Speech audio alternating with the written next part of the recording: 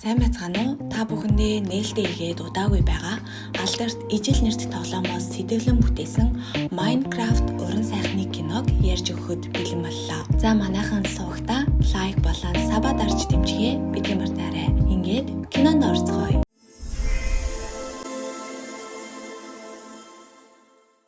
Кино Стив хэмээхээр өөрийн түүхийг өгүүлж буйгаар эхэлдэг. Тэрээр 1980-ад онд хүүхэд байхдаа уурхайчдын амьдралд дурлаж, уурхайд орохыг ихэд хүсдэг байв. Гэвч тухайн үед хүүхдүүдийг уурхайд нэвтрэхийг хориглодог байж л дээ. Харин насанд хүрээд тэрээр ирээдүйгөө уйдгартай ажиллаа орхиж, эцэст нь уурхайн гүн рүү нэвтрэх боломжтой болдог. Уурхайд орсон даруйдаа Стив нэг хүчирхэг зүйлтэй таарав. Тэр нь Orb of Dominance хэмээх нууцлаг бит байлаа. Түүнийг нэгэн болортой хослуулан ашигласнаар Стив дээд ертөнц буюу Overworld хэмээх ертөнц рүү орж чаддаг. Тэнд тэр өөрийн гараар олсон материалуудаар гэр барьж, бүтээлүүдийг сэтгэлгээгээрээ туурах боломжтой боллоо. Тэнд байхдаа Стив ууртай боловч үнэн ч нэгэн чоныг олдог. Түүнийг Денис гэдэг бөгөөд Стив түүнийг найзаа болгож хамтран амьдрахаар болов. Денисийн тусламжтайгаар Стивийн итгэл үнэмшил улам нэмэгдэж, тэд хамтдаа гайхалтай зүйлс бүтээж эхэлдэг. Амьдрал нь төгс мэд байсан ч нэгэн өдөр Стив нууцлаг нэгэн балгасыг олж харна. Тэр балгасыг сэргээж, дутуу хэсгүүдийг нөхөн дуусгаснаар өөр ертөнц рүү нэвтрэх хаалга санамсаргүй нээсэн гэдгээ ухаарав. Харамсалтай нь энэхүү нээсэн газар нь Найтер хэмээх аимшигт ертөнц бөгөөд тэнд ямар ч баяр баясал, бүтээлч сэтгэл гэж үгүй. Тус газар бол харгас пиглсчүүдийн нутаг бөгөөд тэднийг хорон санаад шидтэн Малгошо удирддаг байлаа. Малгошо өмнө нь уран бүтээлч болохыг мөрөөддөг байсан ч аав нь болон бусад пиглсчүүд түүний мөрөөдлийг үгүй хийснээр тэр уур хилэнгээр дуурч муу талд орохоор шийдсэн байдаг. Тэр Стивээс Orb of Dominance-ийг булаан авч түүгээрээ дээд ертөнцөд үрдийн түнэр харанхуйг авчрах төлөвлөгөө боловсруулдаг. Учир нь пиглсчүүд гэрэлд тэсвэргүй амьтад юм байна л да. Үүнийг мэдсэн Стив Денис хоёр бөмбөрцгийг булааж авах төлөвлөгөө зохиож, эцэст нь түүнийг буцааж авч чаддагч Стив тэдэнд баригдчихдаг. Тэрээр Денист бөмбөрцгийг авч бодит ертөнц рүү зүхтааж, болортой хамт пиглсчүүд дахин хизээж олохгүй газар нуух даалгавар өгдөг. Ингээд үйл явдал одоо цаг руу шилжиж, Гэрет хэмээх залуугийн амьдралыг харуулж буйгаар үргэлжилдэг. Тэрээр урд нь видео тоглоомын авраг байсан ч одоо бол хуучин эд зүйлс борлуулдаг. Дэлгүүр ажиллуулж амжиргаагаа залгуулдаг болжээ. Тэрээр өнгөрсөн үеийн алдар нэрэндээ хэд тасаж өнөөгийн амьдралтаа урагшилж чадахгүй байгаа ба дэлгүүр нь түрээсээ төлөөгөн улмаас хаагдах аюултай тулгарсан аж. Гэрет өөрийн найз Дарреллийн зохион бүтээсэн агуулгын дуудлага худалдаанд очиж Atari Cosmos нэртэй ховор тоглоомын консолыг олж санхүүгийн байдлаа сайжруулахаар оролддог. Гэвч тэр хайрцаг дотор тоглоомын консол бас харин өнөөх Orb of Dominance болон болор байсан тул ихэд уурлаж олонний өмнө уур бухимлаа илэрхийлхэн тэр. Энэ үед Натали хэмээх залуу эмэгтэй дүү Хенригээ дагуулan Чуглас гих шинэ хот руу нүүж ирдэг. Тэд хэдхэн сарын өмнө ээжигээ алдсан бөгөөд амьдрах өртөг хямд тул ийшээ нүүж иржээ.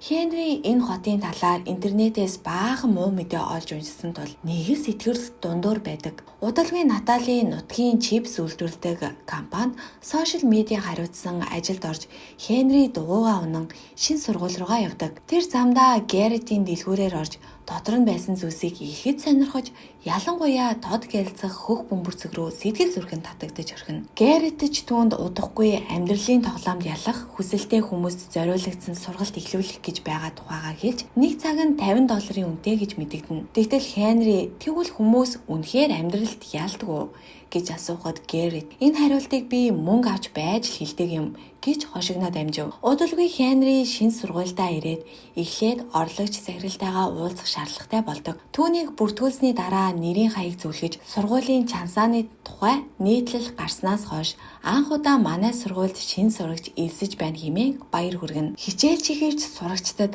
банан зур гэсэн даалгавар өгөгддөг. Хенри банан дээр пуужин зурхад хоёр дээрлэхүү сурагч түүнийг шоолж "Чи ямар пуужингийн эрдэмтэн юм уу?" гэж асуухад Хенрич "Тийм ээ" гэж хариулаад тэдэнд нотолж үзүүлнэ гэдгээ амлана. Дараа өдөр нь тэр өөрийн хийсэн пуужинтай үргэлжээ туршихыг оролдоно. Гэвч өнөөх дээрлэхүү хоёр сурагч үргэлжийг нь эвдэж нэг утсыг нь тасалснаар үргэлж хяналтаа алдан нисэж эгчийнх нь ажилдаг Джеймсний үйлдвэрлэлөө ороод сүрдэгчхэн тэр. Захиралч түүний хийсэн үйллийг бараг сургуулиас хөөгдөх хэмжээний зөрчил гэж үзээд асран хамгаалагчаа дуудахыг шаардна.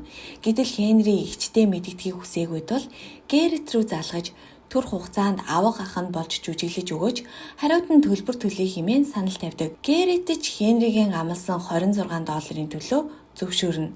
Удалгүй тэд Гэрэтийн дэлгүүрт эргэж ирэхэд Хенри үүргэвч нь яагаад ажиллаагүй гайхаж үүнээс болж эгчин ч ажлаа алдсан байх хэмээн шаналх ба шинжлэх ухааныг бүр мөсөн орхихоор шийддэг. Тэрээр дахин өнөөх гэрэлтдэг хөх бөмбөрцөг болон болрыг гайхшрангүй харж байтал Гэрет нэгэн гарын авлага олж уншдаг. Тэнд нь хизээч ямар ч нөхцөлд эд баялагч шунах зорилгоор бөмбөрцөг болон болрыг хамтд нь ашиглаж болохгүй. Үүний цаана аюул оршиж байгаа хэмээн бичсэн байв. Яг энэ үед Хенри өнөөх бөмбөрцгийг болор дотор хийдэл тэр нь шууд л түүнийг болон Гарретийг уурхай руу хүчтэйгээр татаж эхэлдэг. Энэ үед Натали дүүгээ хаа сайгүй хайсан ч олж чадахгүй байсандаа айд садран тэдэнд байшин зарсан үл хөдлөх хөрөнгийн зуучлагч Дон руу устдаж тусламж хүсдэг. Дон бол зөвхөн үл хөдлөх зуучч биш, бас тижээвэр амьтдын хүрээлэн ажилуулдаг хөгжилтэй нэг юм. Натали маш ихээр айж төгшиж байсан ч хэсэг хугацааны дараа уурхай дотор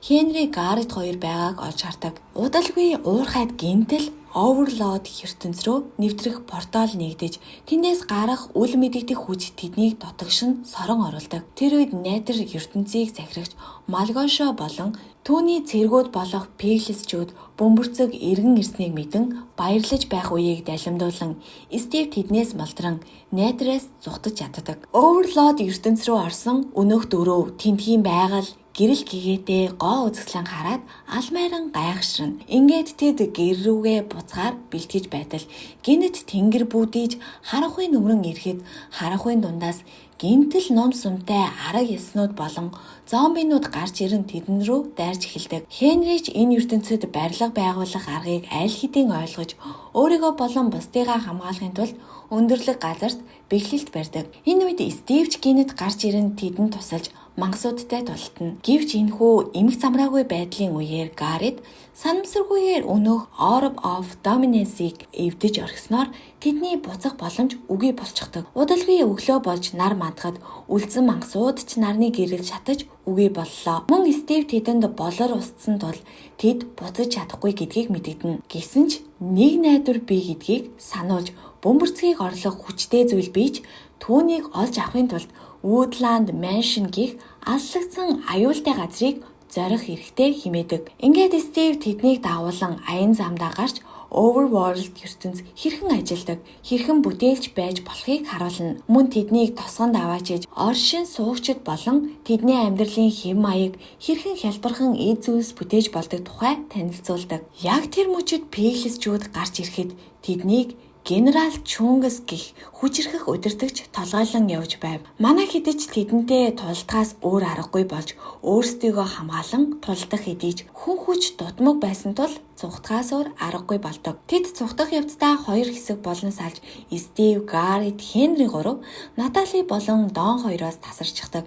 Залуусч амжилттай цухтаж чаддаг бол Натали болон Донноор хамтран дайснуудтайгаа тэмцэж дараа нь Деннисээр дамжуулан Стивтэй дахин нэгдэх цамаа олж чадлаа. Чунгас ч найдралуу буцан очтол тэнд Малгошо түүнийг бүтлгүйтлийнхээ төлөө шийтгэн цаадалчихдаг. Үүний дараа Малгошо өөрийн хамгийн аюултай бүтээл болох агуу гахайг тэднийг устгахаар илгээв. Нөгөө тал өнөөхид агуйд хурж ирэн амсгийх үеэр Гаррет Стивийг ятган энэ ертөнцийн баялагийг үзүүлэхийг шаардтал Стивч түүнийг алмазны уурхай руу дагуулan явдаг. Харин Хенри үүнд нь ихэд урлаж Гарретийг өөрийнх нь мэдэх хамгийн шунхай хүн хэмээн бодчихдог. Яг тэр мөчид агуу гахай тэдэн рүү довтлон ирэв. Тэд уурхай доторх тэргэнд суун зүхтэж байхдаа Крипер гэх ногоон дэлбэрдэг амьтантай тултна. Тэд Криперүүдийг ашиглан дэлбэрэлт үүсгэж агуу гахайг уурхайтай хамт дэлбэлж устган тэндээс амжилттай цухтаж чаддаг. Энэ үед нийтвид хэмээх Overlord-ийн оршин суугч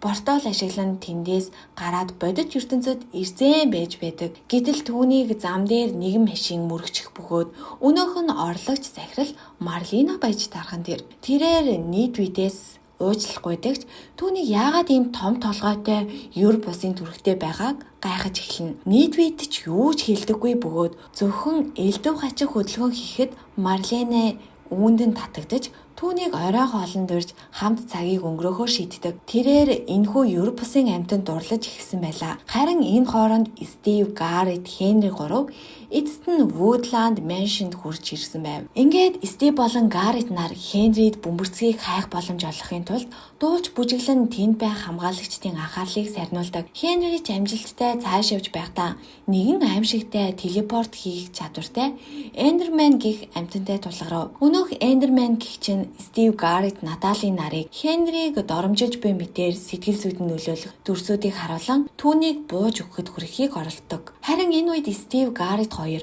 дахиан дээр морцсон бяцхан Франкштейн маягийн мангастай тулдаж ялан гарах хэрэгтэй болсон байлаа. Тулааны үеэр Хенри сэлмээ ашиглан Эндерменийг ялж дараа нь Orb of Dominance-ыг орлож чадах Ender Pearl хэмээх шидэт сувдыг олж авч чаддаг. Гэвч манай хэдийг яг явах гэж байтал Малгаша өөрийн биеэрээ цэргүүдэд дагуулan тэднийг олоод ирчихсэн байж идэг. Малгашаач тэднээс бөмбөрцгийг булан авч бусад пиглсчүүд манай хэд рүү довтолж эхлэв. Энэ үед Стив, Хенри хоёр агаарын бөмбөлөгт суун цухтаж амжих боловч Гаррет ард үлдэж пиглсчүүдтэй тэмцгээр шийддэг. Гэтэл удалгүй тэнд дэсрэх бодистой гүүр дэлбэрэхэд Гаррет ч гүүртэй хамт дэлбэрчгэн тэр. Харин Стив болон Хенри нар дэлбэрэлтийн улмаас бөмбөлөгтэйгээ холоо шидэгдэж ухаан алдчихдаг. Удалгүй тэд сэрхэд Дон, Натали, Денис 3 тэднийг аварсан болохыг мэддэг. Гэвч тэд Гарретийг баатарлаг үхлийн талаар бодож гуниглан уйлцгааж байлаа. Ингээд тэд Малгашагийн эсрэг дахин тэмцэж бөмбөрцгөө эргүүлэн авахар шийднэ. Нөгөө тал Малгаша бөмбөрцгийг ашиглан дэлхийн гадаргуу дээр харанхуйн эд шидийг тарааж мангасуудыг чөлөөтэй довтлоход хүрэхээр бэлдэж байхын тэр. Харин манай хэд төмөр големуудаар айрмаа бүрдүүлж Малгаша болон пиглсчүүдтэй хийх тулаанаа эхлүүлв. Хенри цамхгийн оройд хурж бөмбөрцгийг буцаан авахыг оролддог. Малгашагийн эд шид хүч түүнийг доош унахад хүргэв. Гэтэл гинэд Гаррет агаарын бөмбөлөг хүлэглэн ирж Хенриг аварч чаддаг. Тэрээр өнөөх гүүрний дэлбэрэлтээс ашгүй амьд үлдэж чаджээ. Ингээд тэр хоёр хүчээ нэгтгэн цамхгийг сүйтгэж бөмбөрцгийг буцаан авахад бүх мангасууд хайлж урсгаж үгэж эхэлдэг. Малгашаач сүүлчийн удаа хид хідэн амжилтгүй дайралт хийсний эцэст амь өргөдөнө. Ингээд бөмбөрцгөө буцаан авсан тул бодит ертөнц рүү буцах порталыг дахин нээж тэд салах ёс хийцгээж эхлэв. Гэвч Стив бодит ертөнцөд өөрт хэрэгтэй зүйл үгүй гэж үзсэн тул эндээ үлдхийг хүсдэг.